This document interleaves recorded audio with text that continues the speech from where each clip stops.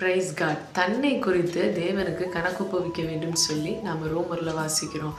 ஆமாங்க, மற்றவர்கள் அல்ல, நம்ம குடும்பத்தை அல்ல, நம்ம பிள்ளைகள் அல்ல, நம்ம நம்மளை குறித்து என்ன செய்யணுமா? தேவனுக்கு கணக்கு ஒப்புவிக்க வேண்டுமா? ஆமாங்க, இந்த வாழ்க்கையை, நம்ம தோன்ற செயல்களை, நம்ம எண்ணங்களை எல்லாத்தையும் தேவனுக்கு முன்பாக நம்ம என்ன செய்யணுமா?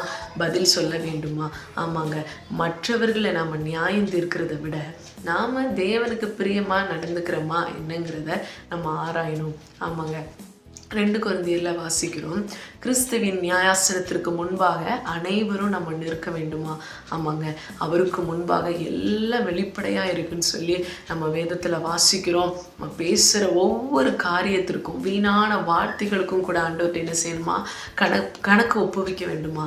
ஆமாங்க, அது இல்லை என்னென்ன ஆண்டவர் கொடுத்த வாழ்க்கை, அவர் கொடுத்த ஊழியம், அவர் கொடுத்த பொறுப்புகள், அவர் கொடுத்த குடும்பங்கள், அவர் கொடுத்த நேரம், இப்படி எவ்வளவோ காரியங்களை சொல்லிக்கிட்டே போகலாம். ஆமாங்க, இயேசு நம்முடைய பாவத்தை எல்லாவற்றையும் அவர் மன்னித்தார்னு எழுதியிருக்கு.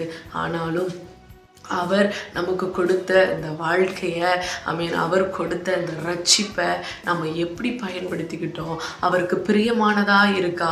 அவரை உயர்த்துற மாதிரி இருக்கா அப்படின்னு சொல்லி நம்ம ஆராய்ந்து பார்க்கணுங்க. ஆமாங்க, நிச்சயமாக நம்மளை குறித்து நம்ம ஆராய வேண்டும். நம்ம செய்கிற ஒவ்வொரு காரியமும் தேவன் கணக்கு நிச்சயமாக அந்த கணக்கை நம்ம அவரிடத்துல ஒப்படைக்க வேண்டும். ஆமாம், அதனால இந்த நாளில் நம்ம எல்லாரும் என்னன்னா, நம்ம எப்படி நடந்துக்கிறோம், நம்ம எப்படி பேசுகிறோம், நம்ம எப்படி யோசிக்கிறோங்கிறத நிதானித்து நம்ம செயல்படணும். ஆமாங்க, கணக்கை, நம்மை குறித்த கணக்கை நம்ம தேவனிடத்தில் கொடுக்க வேண்டுங்க. ஸோ எல்லாரும் இந்த நாளில் உங்களை குறித்து நிதானித்து ஆராயுங்கள். ஆமென்.